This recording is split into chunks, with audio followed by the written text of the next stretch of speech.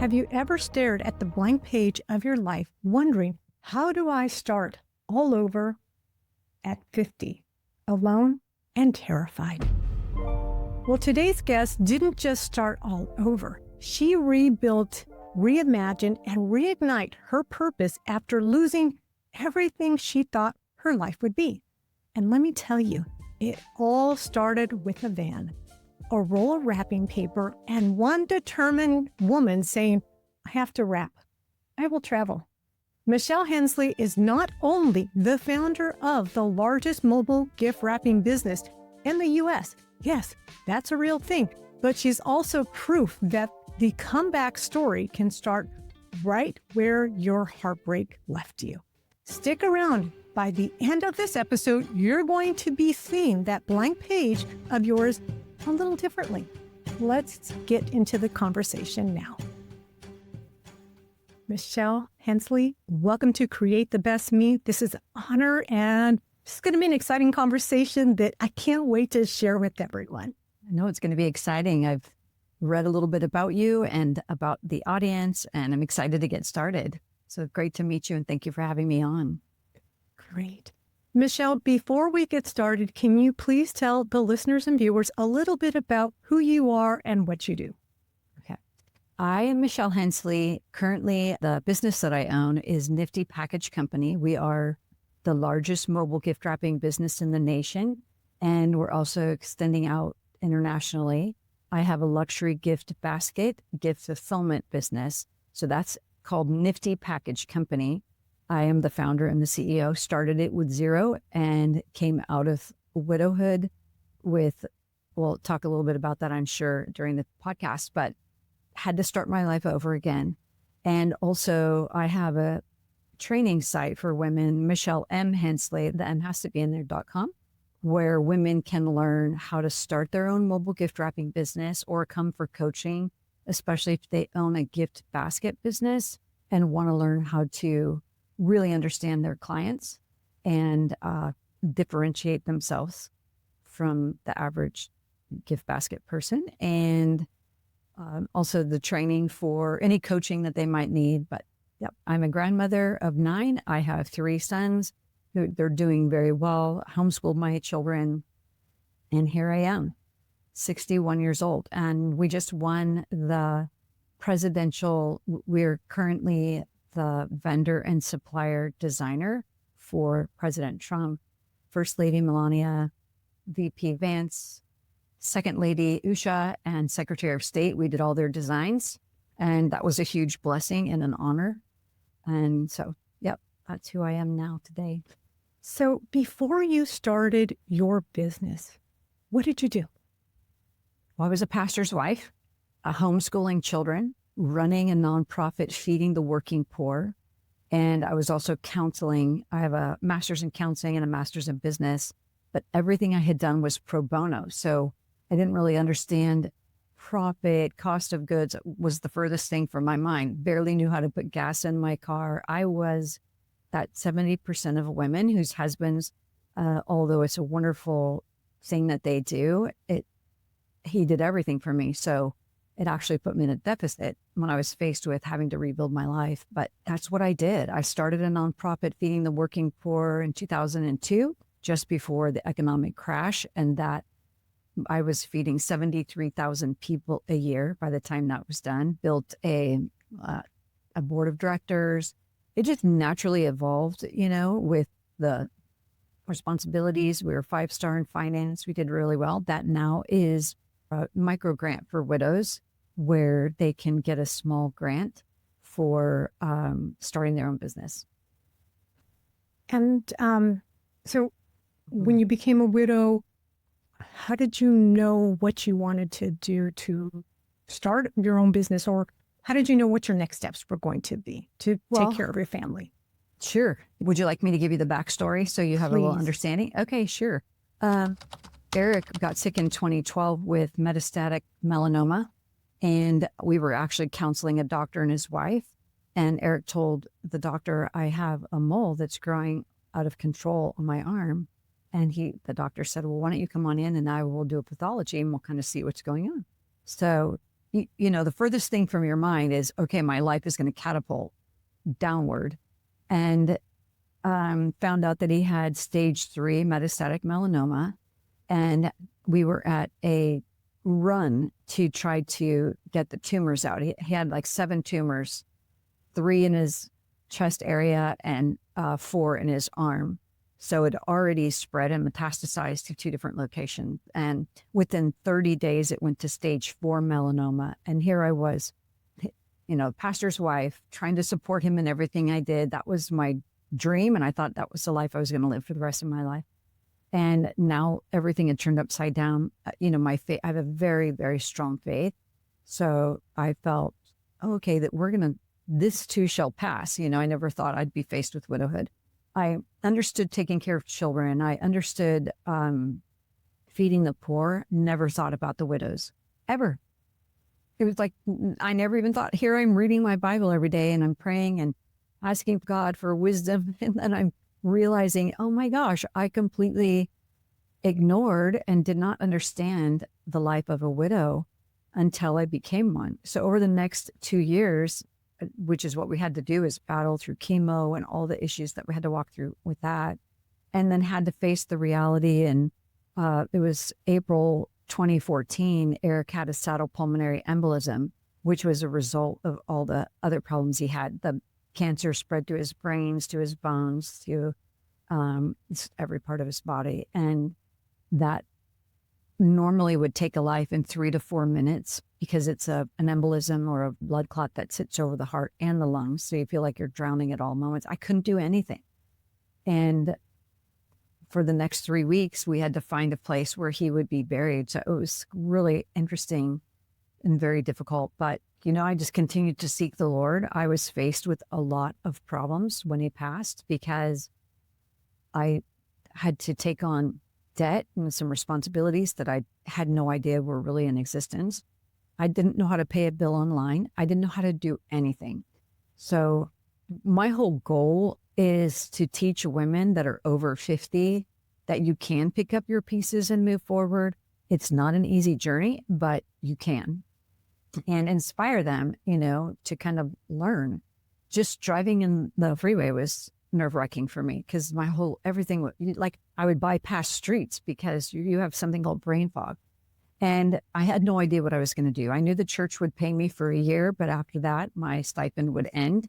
So every part of my life was fragmented at that point. I wanted to step away from the church so the new pastor's wife could take over. And I closed the nonprofit, and then I hired a finance coach because I didn't know what to do, to be honest. And so I thought, I need to skill myself. I handed some money to an advisor and lost about $30,000 on that decision because I just didn't know what I was doing. And he didn't know what he was doing in regards to widows. Widows are very different. They're different from divorcees. Even though you're similar in a similar situation, your mindset is different. So I thought, I can't let anybody else go through that. So I hired this finance coach and I said, what do? I need to know what to do. And he said, well, why don't you go back into counseling? I knew I had to create an income. So he said, I told him, listen, I love helping people, but counseling isn't going to work for me because it's a very difficult field. And I specialized in family and like sex addiction, as well as battles that women would face. And this is a hard counseling. I was well known in the area for what I did, but now I had to earn a living. And there are a lot of issues in the state of California that you battle when you hang up your sign as a counselor or psychologist or whatever. So I didn't want to go that route. And he said, well, have you ever considered coaching?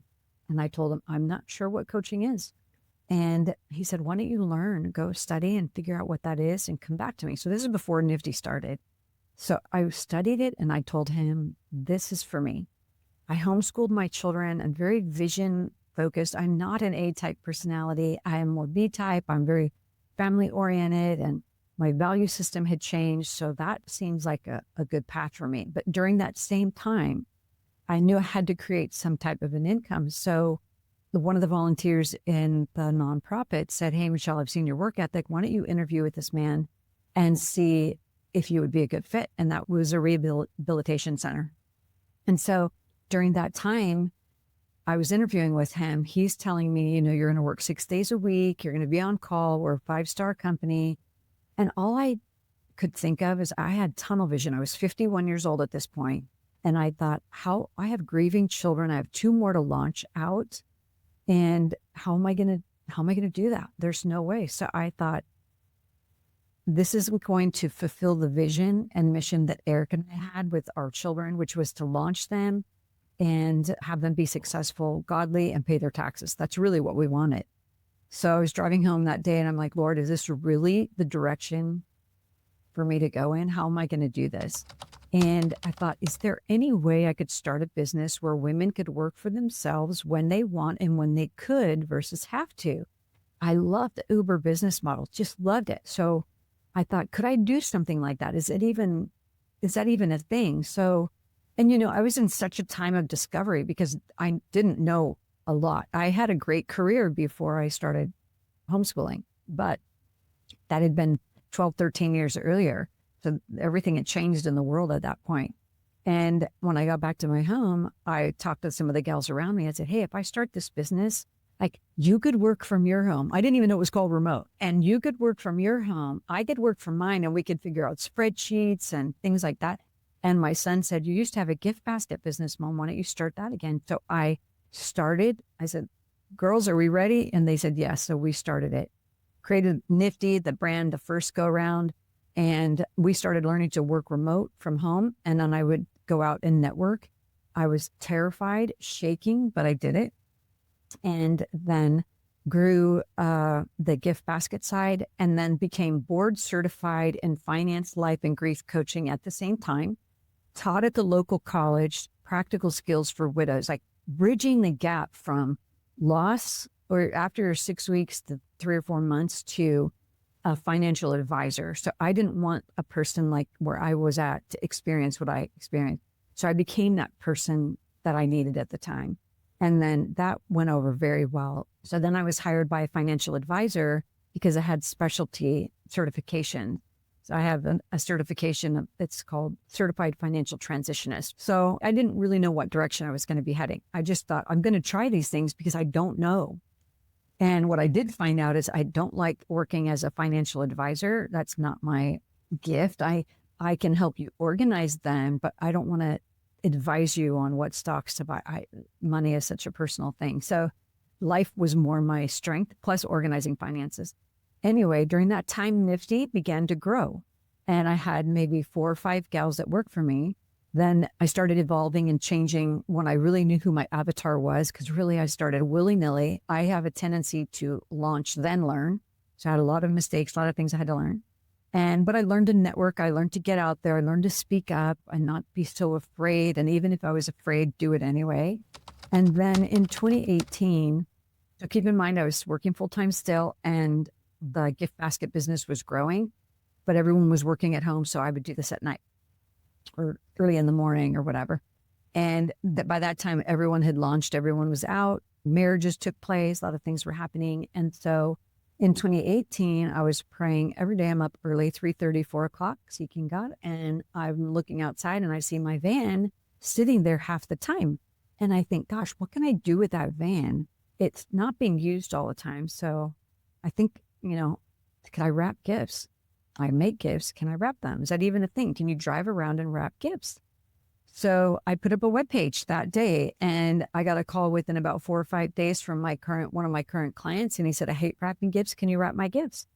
So I said, absolutely, have wrapping will travel. So I put everything in the van and went to his house and wrapped all of his gifts. And I stood back. I was so excited, like, oh, those are great. But I forgot to label them. I had to unwrap and rewrap everything. So I did that. But I learned I got a standard operating procedure. And then that was 2018, going into 2019, I got a call from Two Face Cosmetics, who's asking me to do a design for them. That was our first major project and did their design. They loved it. And I really found that was my favorite thing to do. Create the design is huge for me. I love that. And team building. Those are my 2 main things. And so we won that job, and that was a gift fulfillment and gift wrap and delivery project, which was great. And then through the summer end of summer, I got a call from the Kardashian estate manager, and I didn't even know who that was. Called my sons, and they said, Mom, they're number 2 under Trump at that time, or Kim and Kanye. So I drove out. This is when I transitioned from grandparent, pastor's wife to business owner. I went out there and took all my supplies, and she hated everything I did. It's like, no, don't like that. No, don't like that. No, I don't like, those are not the colors I like. I walk outside and I'm like, Lord, you brought me here. I'm not driving away without a sale. I'm in Calabasas. My team's staring at me. There's like 7. And then her team is watching me. There's just no way. So I walk in and I said, does anybody have a fierce scarf or fabric? And they gave me some fabric, and I did a fierce shoki wrap, which is a Japanese wrap. And she loved it. And that launched me in the celebrity side. And then it just grew. I got called from schools and universities. How did you do this? My point is this. It started from a little nothing. I had no skills.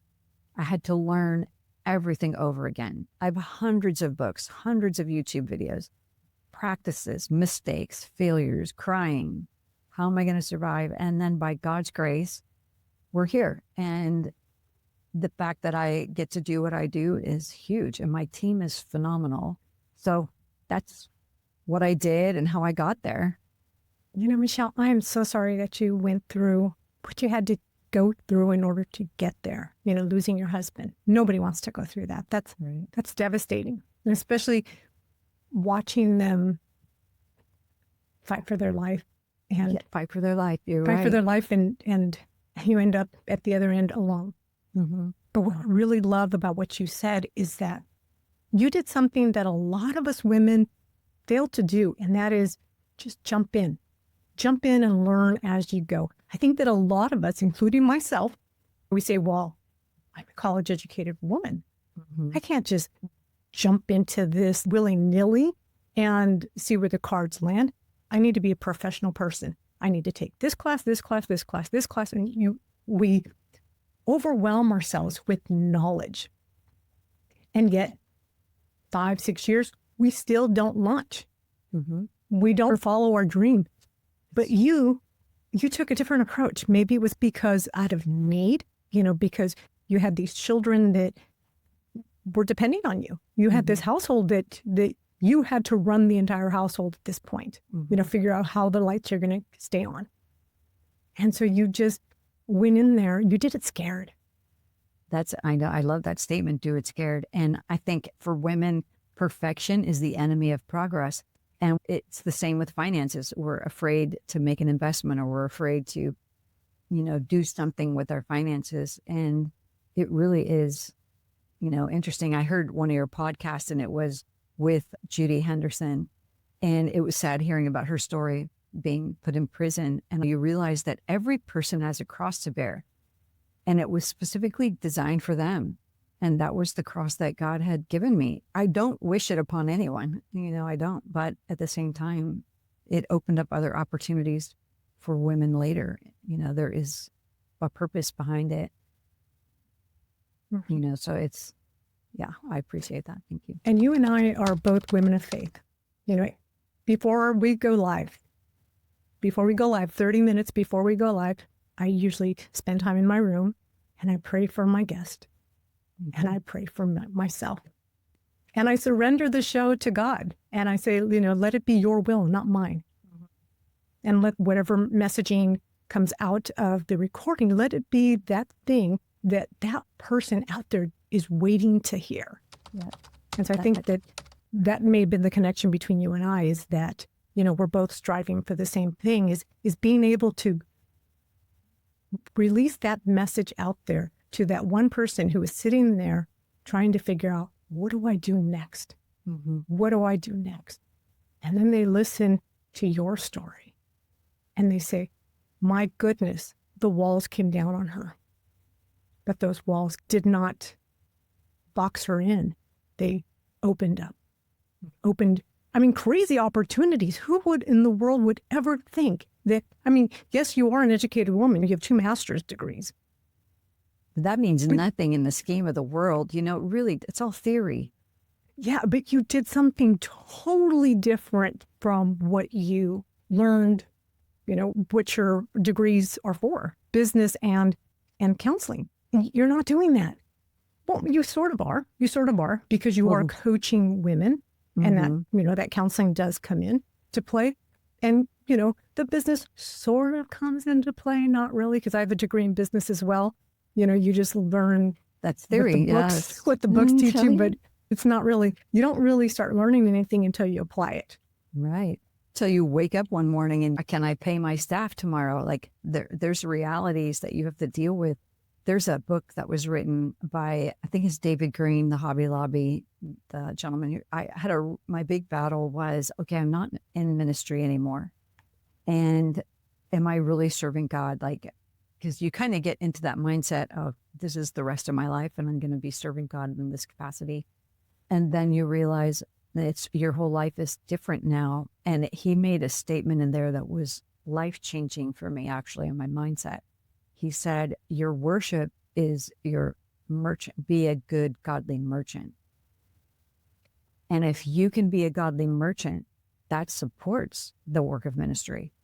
And so I just realized, okay, that's my new calling. It's different. It's shifted and there's a purpose behind it. And I feel like I had a question for you. And the question was, what made you start a podcast for midlife women? Because that's we're so valuable in terms of time, our mind, our resources. And yet I don't believe we are now, but prior or right around the time when I was 51 years old, being older in a career wasn't necessarily ideal.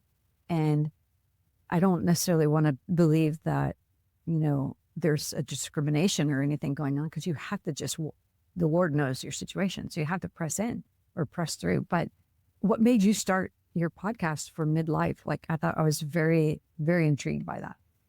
What made me start my podcast was that I think that when we reach midlife, whatever you want to call midlife, I call midlife personally myself when I started to feel lonely, per se, surrounded by people, but lonely, was probably in my mid-40s. And there were things going on physically, mentally, that I felt like I couldn't speak to other people about because either it wouldn't make them feel, or it would label me as being a failure or scared or, oh no, here she comes. She's just going to nag again. That's funny. Yeah. And, because there are things that we just need to talk about with someone that can say, oh yeah, I went through that. And this is how I came out on the other side as the better version of myself. Not the 20-year-old version of myself, not the 30-year-old version, but the new and improved version that is inspiring and making this life the best life that I can live. And so that's the reason why I decided to start my own podcast and YouTube show, was so that I could kind of wrap my arm around that person, that woman in midlife who feels that she's alone, even though she's surrounded by people. That's good. That's great. Yeah. I mean, my podcast is the same. It's definitely for boomer women, like, women who are over, let's see, my birth year of 64. So I'm the tail end of a boomer generation. So it's like women are losing their spouses and having to do life over again. So how do they reinvent their lives? How do they, or they have a silver divorce? You've got that going on. There's so much more that our age group can offer with wisdom and experience too. So kudos to you for that. Yeah. And you know what I love about your business is that some of us are good at doing things. Don't ask me to wrap. I will wrap the most ugliest gift you'll ever see. You probably wouldn't even want to open it. That's not my talent. That's why we exist. But, you have people that are awesome at setting tables, entertaining, at staging places. And this is just a natural talent that we have that, people love going to your events because they know that they're in for a show. because you're so good at this. But none of us stop and think about that. We can actually get paid to do that. That's right. That's right. I am starting an app where women that are talented like that, setting a table, small little events, because I do a lot of different things so I can learn how to do it. So I went on TaskRabbit. I have a video on it. I learned hired from TaskRabbit, became a TaskRabbit person. I learned both sides so that I could help women. You know, they may not do what I do, or maybe they don't want to have a mobile gift wrapping business, but they want to do something different, just like you described. I did porch pumpkins, and that's, setting up somebody's porch. And then when I was there doing that, I got invited to set up a party. And then, I did all the work for her, made $1,000. But the point is people want these small kind of things. It's not plumbing, it's hospitality, it's serving, it's putting lights up around the house, it's decorating a Christmas tree. So if people they can sign up on my newsletter, and then they'll hear when that comes out. It's just about done. But that's just a great way for them to earn income, because I'm all about, can you earn more money? I'm not here to say you can earn thousands of dollars, but I'm here to say you can earn $1,000+ a month doing these extra things and, help your family or yourself. And it's get you back outside and bringing joy to yourself and joy to others by what you do. Because that's kind of my mantra with Nifty.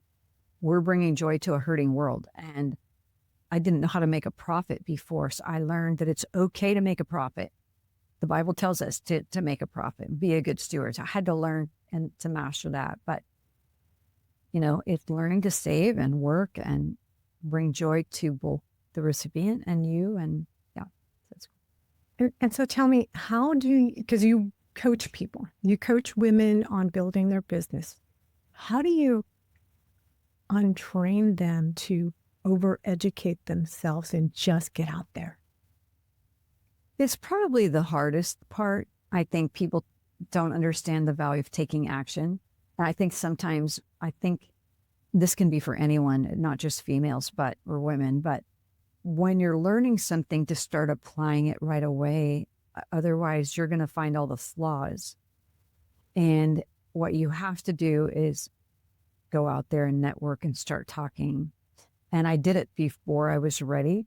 So somebody asked me that question, I think it was last week, about what made me just start doing it. It's like somehow you have an internal motivation. So you have to motivate yourself.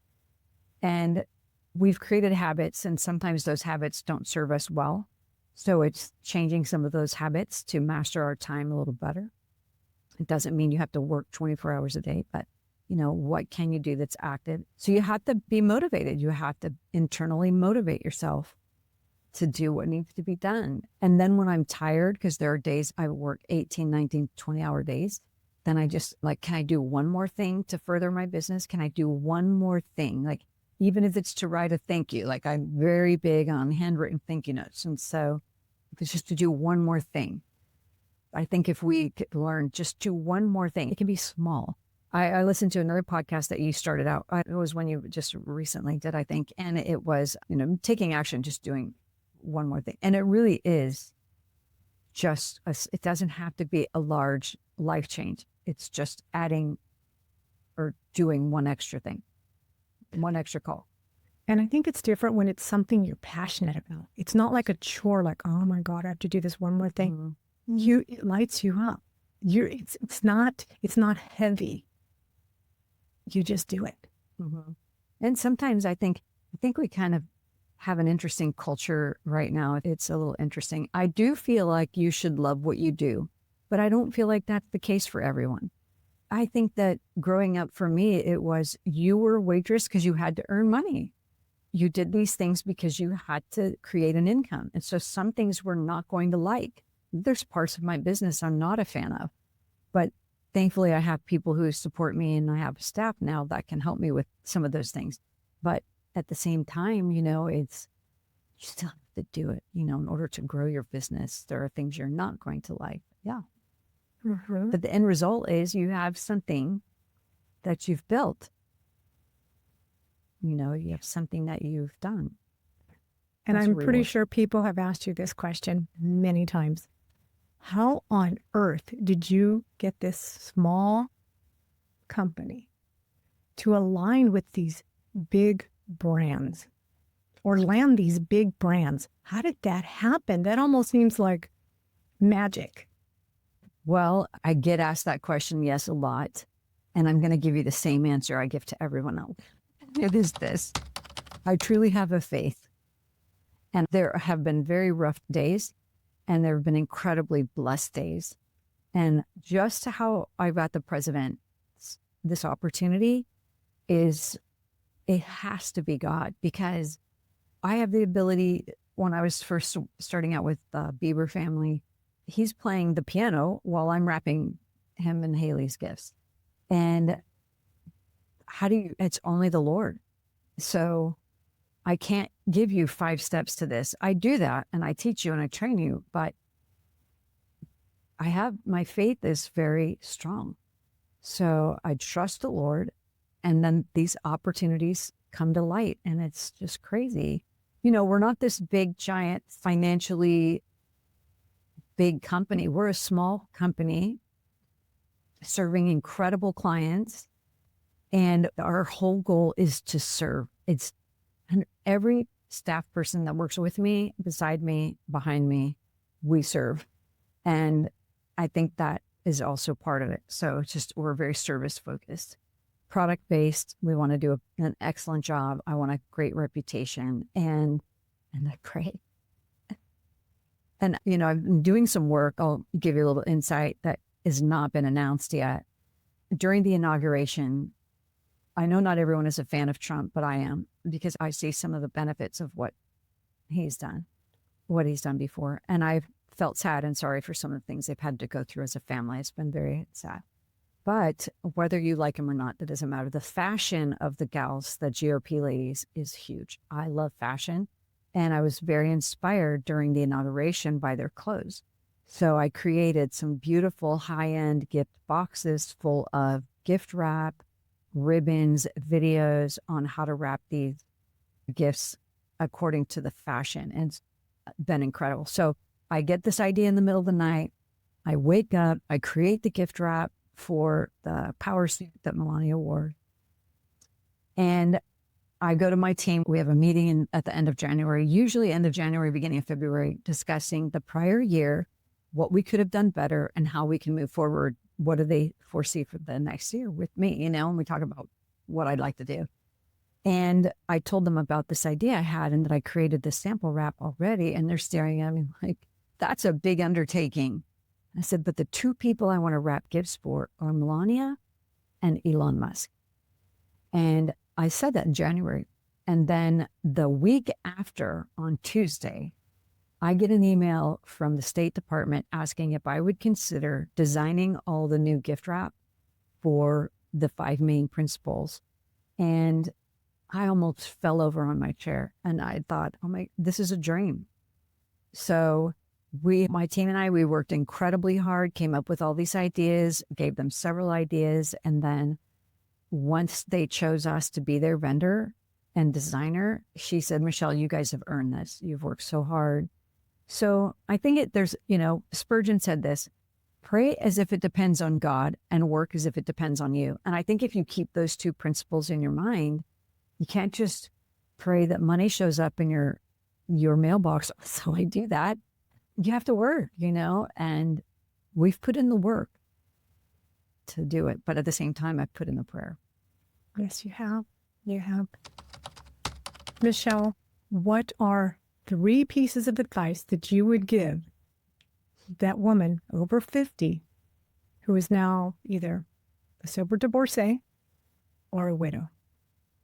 What would be her next steps? That's great. That's a great question. I would say, number 1, don't give up on your dream. Like, if you have a dream, pencil it out. And then number 2, find the people. I think something we forget is that women are highly resourceful. We know how to make costumes out of nothing. We know how to make food out of nothing. We just do. We're gifted in that way. So you have resources. Call, utilize what is free, utilize people who are around you. Most everyone wants to help you. And then invest in yourself. Like, invest in what you want to learn. If you want to learn how to sew, if you want to learn how to play tennis, if you want to learn how to start a business, then invest. Like, find someone and invest. Like, that's what I did. I spent money investing in a mentor, someone who could help me, especially when I first started out, and learn and put your foot in the water, dip your foot in the water. Just who cares if it's a mess? Everything about my website was a mess. Everything about all the different things I did. I learned so many things the hard way. So I would say launch and learn. Those would be the 3 pieces of advice. Love it. Michelle, where can people learn more about you or even begin to work with you, get coached by you? Sure. There's a couple of places. So first, they can check out Nifty. Niftypackage.co is my main product gift wrapping space for corporations or companies or people who want to hire us. And then secondly, the training side is michellemhensley.com. And they can sign up for a free book. I would be happy to ship that to them. I do have a book out, and sign up for a newsletter there, and they can sign up for a coaching call. And then we kind of walk through where they're at and where they want to go. And they can also hire me for a certain amount of time to help them get launched, or they can start their own gift wrapping business, mobile gift wrapping business. Lastly, there is a freebie that they can find on the front of the webpage where you can download it, and it asks them questions about how to start my own business, what is good for me, and then would mobile gift wrapping be a good option? So it asks a lot of good questions. There's also a quiz they can take, and then they can freely email or call. I am totally open.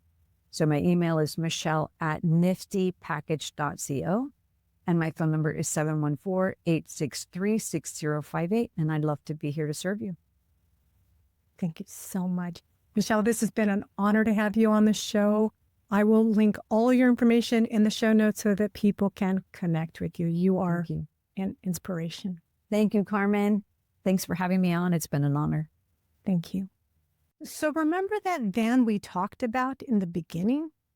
The one thing that was sitting in Michelle's driveway, it didn't just carry wrapping paper.